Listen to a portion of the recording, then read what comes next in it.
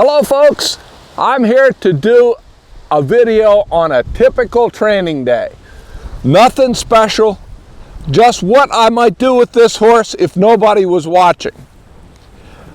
Before we get started, I want to give a shout out and give you a tip for a good channel to watch, and that is Tim Anderson Ranch and Horse Training. Tim is a horse trainer and a horseman in Mississippi, and we've been talking like electronically back and forth, and I've watched his YouTubes, and it's interesting how much I see and how many ideas I get from the things he has to offer. So we'll put up a tag up above, and we'll put something in the comments and you can click on and visit him. One that I enjoyed was called, it had to do with him going out to the farm on Route 66. These are folks out in Arizona. He went out there and put on like a little private clinic to help those folks, which was a good thing for him to do, and it's good watching. And the most recent one though, and the reason why I wanted to give him a shout out, he has one, basically the title is Are We Lost? And the fact is, he suggests when you're training horses, you probably are going to be lost, and you ought to just embrace it. Don't have a plan on where you're going, don't have a road map. And I thought, boy, I've got something I say that's similar to that, and I think I'm going to incorporate it in this YouTube. I tend to say never have an agenda. You can have a plan of what you're going to do, but don't make it a firm agenda, because really, you don't know what horse you're riding that day. It may not be the same one you rode yesterday. So what I'm going to do is I'm going to take you through my warm-up, and I'm going to warm up with a plan with him. My plan is, this is a horse that has no aptitude for the lead change whatsoever. But I can't help but think that a horse with some athleticism who's pretty broke shouldn't be able to change leads. So I put him through a pretty long and drawn out manufacturing process to try to get him ready to change leads.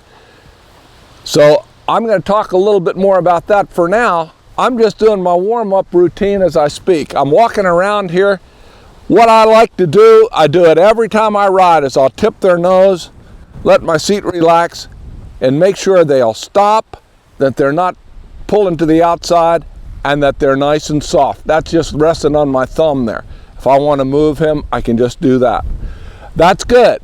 So that tells me I don't have to do that a whole lot. I don't have to replace it or repeat it that direction. And the same thing this way, I'll just pick up. And if you look very carefully, he's got a little bit of a lean to the outside. So what I'll probably do is walk him off again to the right, stop him with a little right leg still activated. So then he stops evenly on all four legs. That just builds your horse's physical and mental balance. It makes sure they're completely with you, because when I stopped him the first time, he was stopped facing right and he was thinking left. You want him thinking the same direction you're going. So that's very unexciting, and I'm going to warn you in advance, we may actually cut out some portions of this video, because it's going to be dull and boring. And I say that with a certain sense of virtue, that good horse training tends to be a little bit on the dull and boring side, and if it gets too exciting, something's gone wrong. On the other hand, when you're watching it, doesn't matter how virtuous I am, it's still pretty damn boring.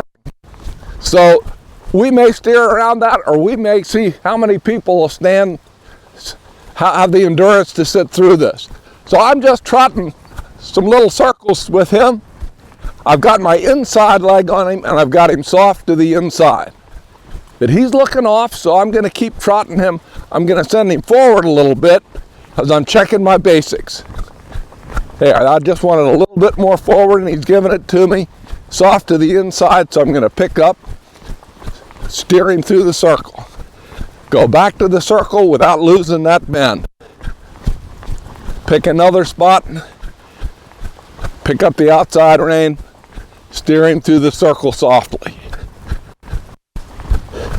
A little stiff there. I'm going to put a little more inside leg on him, dig a little deeper and move him over. Get him more round and more soft. We tend to think of softness vertically. We talk about our horse being in a round frame, but softness laterally is very important as well. I'll bring him back through center. That was better. I'll pick up on both reins. Whoa. And he stops square. He didn't overstop. He didn't stop on his front end. He stopped square. That's good. And then I'll just turn him around and go the other direction. Now, if as I do this, I see something that requires a remedy, then we'll just detour into that remedy. So I'm going to do the same old boring thing this way. Because usually in these videos, I'll just work one direction and say, well, imagine the other direction. Well, this is a training day, so I'm going to make y'all sit through the whole doggone thing. So there, he's nice and round. If anything, he's sort of leaking to the outside a tiny bit. He is naturally softer to the right, and so he's a little softer this direction, keeping his head where it belongs for him. He's not a low-necked horse, so his head's up more than a lot of performance horses would be. And whether this horse ever makes it to anybody's horse show is almost irrelevant. I ride him, I want him broke. If he gets to where he says, I wouldn't mind going to a horse show and he's doing well, maybe he'll go.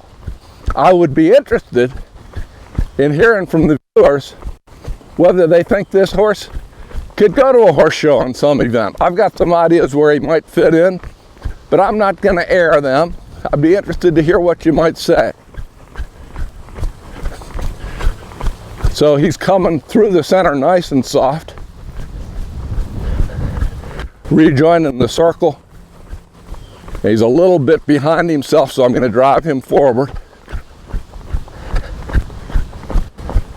Pick up.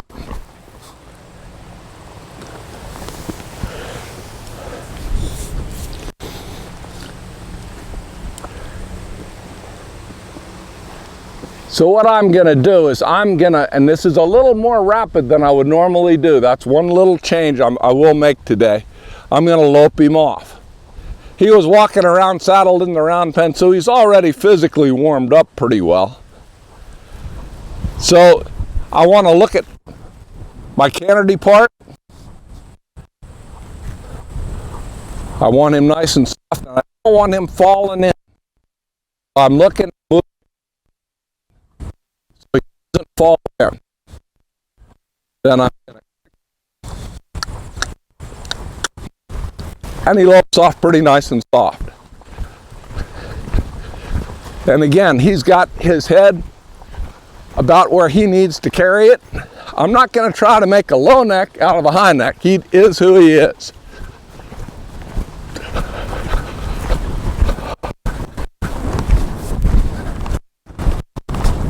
If he picks up because he's being a jerk just a little, I'll sort of remind him, maybe spread my hands out a little bit and let him find his way down toward the ground.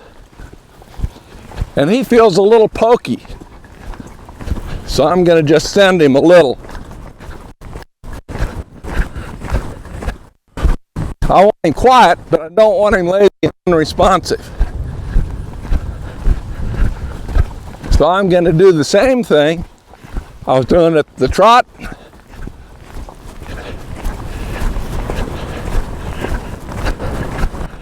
Go back to this.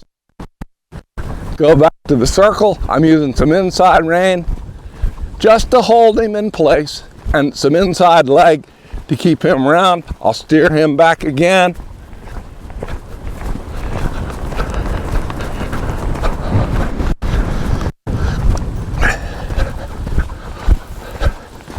And I'll tell you in advance that I can't expect too much out of this horse stopping from a lope. He may dive down on his front end a little. It's another thing that he could have more skill for, more talent for, that I'm just going to pick up. And that was not great, but acceptable. You sort of have to know what horse you're riding. And this guy's never going to be much of a stopper, but I just want him halting in a good square way, and that was okay. He dropped a little on the front end, but I'm not gonna get after him for that. Maybe at some point I'll show you what I'm doing to correct that, and I may do it right on camera if he does something rude the next time I stop him.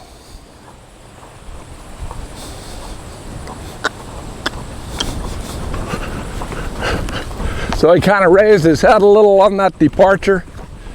I'm going to put that in my memory bank, and I'm going to drive him up in the bridle a little, because if you let him go without a little leg on him and staying lightly in touch with him, he'll sort of raise his nose and hollow out, because by nature he has a little tendency to travel kind of like a Tibetan yak. And I want to get him, make sure he travels like a horse instead. He's got one hoof, not two toes. So he needs to keep that in mind. But he's loping along pretty good. I'll steer him over. I should also say it's a nice breezy, cool day, but he's not being foolish.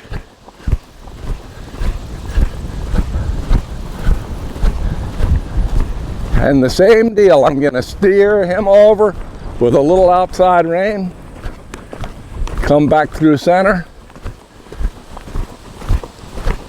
keep that little bit of bend on him, go around.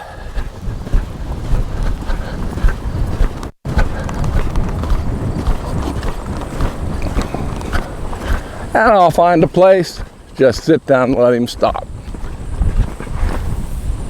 Again, a little bit stiff in front, but not offensive. So I'm kind of on target for seeing if he's wanting to change a lead today. I will tell you that my process typically is when they're, fairly broke, I'll just bump them over and say, can you change a lead? And if they're natural, they'll do it. If it's hard for them, they're going to get out of shape. They're going to drag a hind lead. He was that horse. Now the little sorrel mare you've seen in some videos we call Sweetie. First time I bumped her over, she just changed leads because she's very balanced, very athletic. She would have thought it was unnatural not to just change leads. And then you had to refine that. With him, it's not a refinement process, it's literally manufacturing a lead change. So yesterday I changed the lead from left to right for the first time, and he got it. So we're going to see if he is still the same horse he was yesterday and whether he can do that for us after a bit. Before we get there, I'm going to make sure he's ready. So I'm going to put him up in the bridle, I'm going to shift him a little bit to the right, then move his hip to the left. Now you might say, wait, which way are you going to change leads? Well, right there, I'm preparing him for a lead change from right to left. Move over, then move back. And you can see this direction, he's a bit on the stiff side.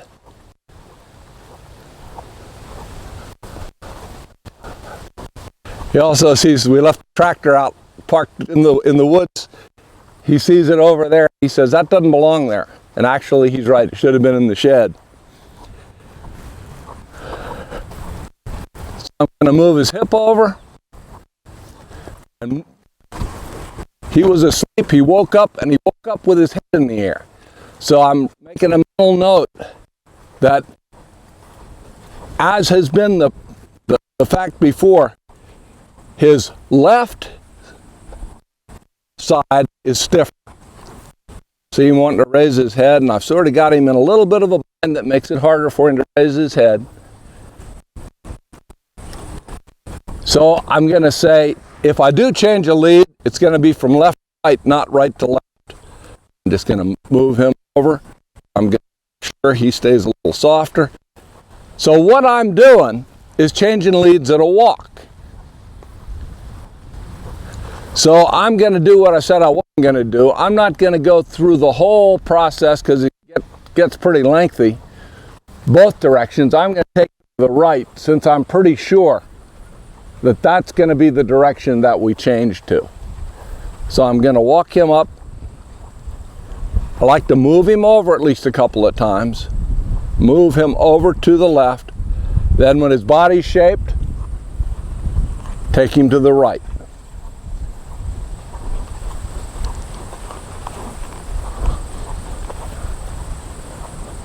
When his body's shaped, take him over to the right. So here is your lead change on a walk. You move your horse over just a tiny bit to shape him. You take your leg back, he makes that move, and there's your lead change.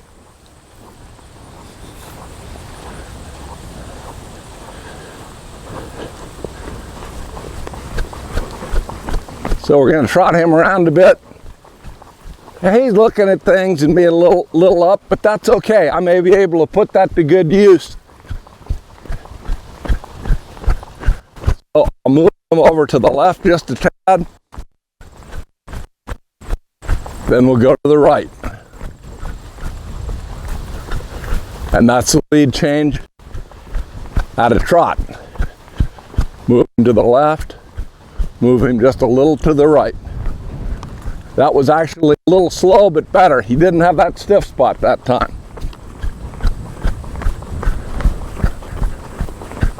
Going to adjust his head a little bit here, where he's a little softer. Move him just a little bit to the left. Shift him to the right. Get a little sluggish, shift him harder to the right.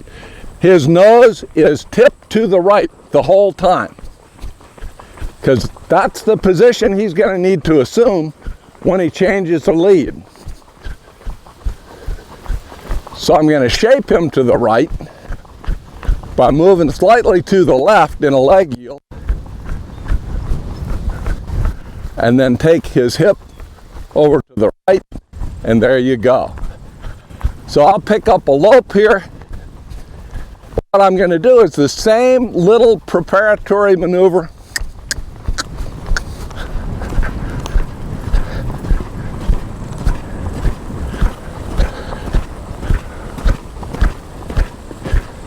The same little preparatory maneuver at the lope. Move him over to the right. Hip first, nose in, body bent to the right. What we're doing right here is we're changing leads without changing leads at a lope. That way, he's learning that basic body maneuver or body position that he needs without the stress and the complication of actually changing a lead. So I'm going to move his hip over, go forward, maybe move his hip right over again, go forward. Going forward is very important. If they lag back, if they get tangled up in that little maneuver, you don't want that. So move his hip over, go forward.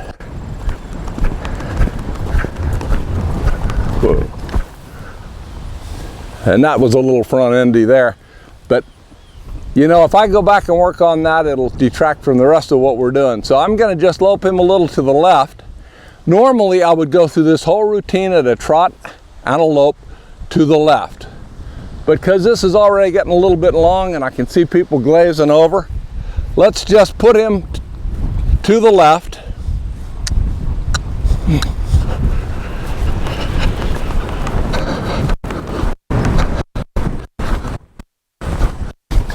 And I'm getting this more dull and boring stuff. I'm going to go through the center on a diagonal.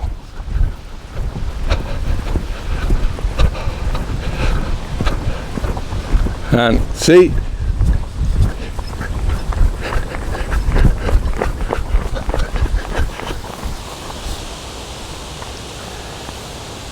he needed a little help there.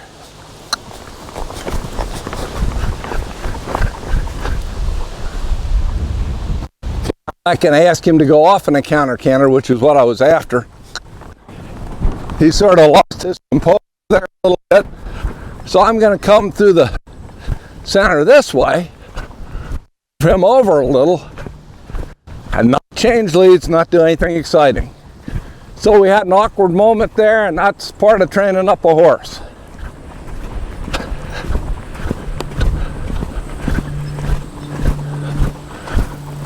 Go through the center on that diagonal, move him over to the left, getting his head up a little. I'd rather he didn't do that. But when I move it to the left, I'm shaping his body to the right. See, his body position is right.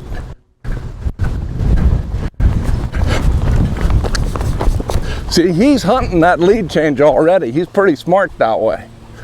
And the last thing I want, the reason why I'm repeating this, is I don't want him to volunteer that lead change before I ask for it, because I may not get what I want.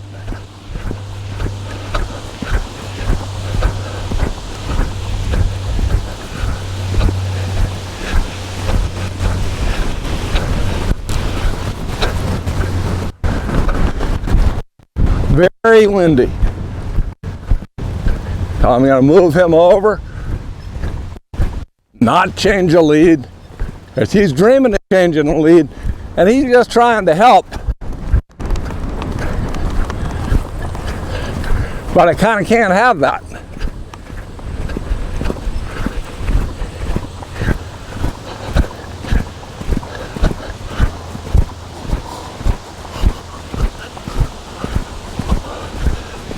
So I would say he's about 50-50 on whether he should change one, but let's give it a try. So I'm going to come across here, make sure he's going forward, move him over, shift my leg back, change the lead.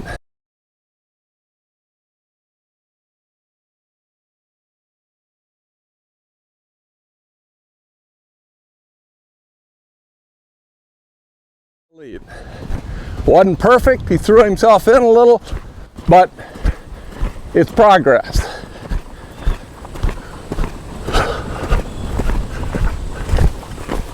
See, and that's unacceptable. So I'm gonna move his feet around and say, stay on your back again, big guy. Whoa.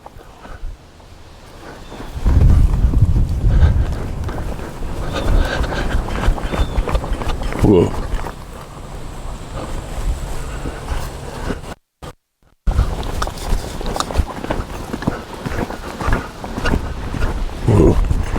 Better. I sort of let him get away with that a couple times because it wasn't what I was working on. I got caught up in my own agenda, and that sort of proves the point that you got to go back and fix things when they don't work. But that's a typical training day on him. Now I'm going to do the most important thing I'll do all day. I'm going to walk him around for a minute or two in here. Probably going to cut that a little short because we're trying to be Hollywood here. But I want to make sure he's relaxed. And I'd say he's not overly rattled. I'd say he might just pass out or go to sleep. And that's okay. Because if you can't get back to where you started, if you can't take their head off to the side and have them calmly come down and come to a walk or come to a stop, then you've got your horse a little over revved. What did he just tell me? Subtle signs. What did he just tell me? He said, I'm a little stirred up. That was a little taxing on me. Because he walked longer and was slower to just slow down and stop. because I'm not making him stop. I'm waiting for him to relax to where he can stop. So that's a good check for you. It keeps you honest. If you can't get back to where you started, don't quit until you get back there. There. See, and now he's chewing, and that's all good. Now, I'm going to do what he's been waiting for, and what, you see, unfortunately, too few people who are working and training horses do. I'm heading out in the woods. Catch you later.